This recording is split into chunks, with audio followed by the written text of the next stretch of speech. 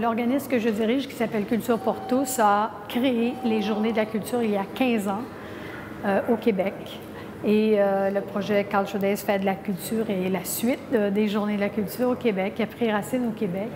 Nous faisons ces journées depuis maintenant 15 ans et après maintenant une tournée à travers le Québec, beaucoup d'artistes, encore énormément d'artistes et de travailleurs de la culture souhaitent s'engager davantage dans ce grand mouvement pour la démocratisation de la culture au Québec.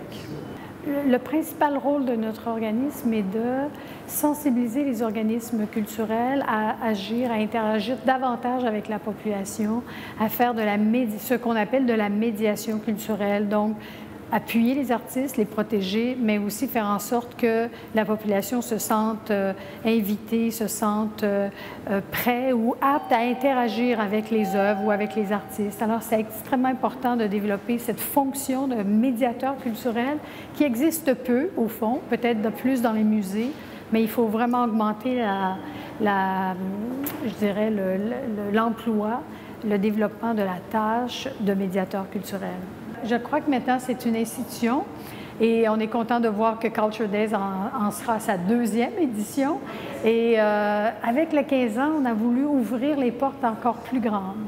C'est-à-dire que oui, le milieu de la culture participe, organise, fait des activités, mais on souhaite qu'on va inviter plus largement les écoles à participer le vendredi, les entreprises privées, pour faire en sorte que ça soit vraiment un projet de société. Les Journées de la culture, c'est un projet de société.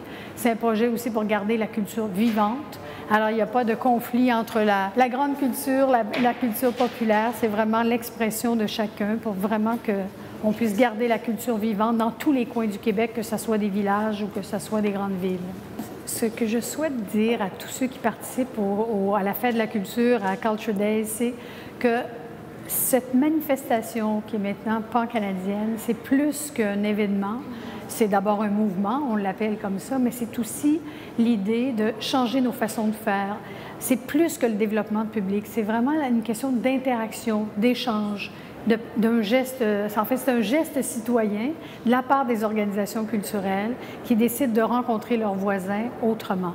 Alors, il s'agit de faire des expériences, de prendre ce temps-là pour expérimenter d'autres façons, d'autres rapports avec les citoyens dans notre communauté et d'aller au-delà donc du développement public et de faire en sorte que ce soit un vrai regroupement de l'ensemble de la société, les citoyens, les gens d'affaires, les écoles, autour de la question de l'importance de l'art dans la construction de l'être humain, dans l'émancipation des personnes et donc de l'émancipation de notre société.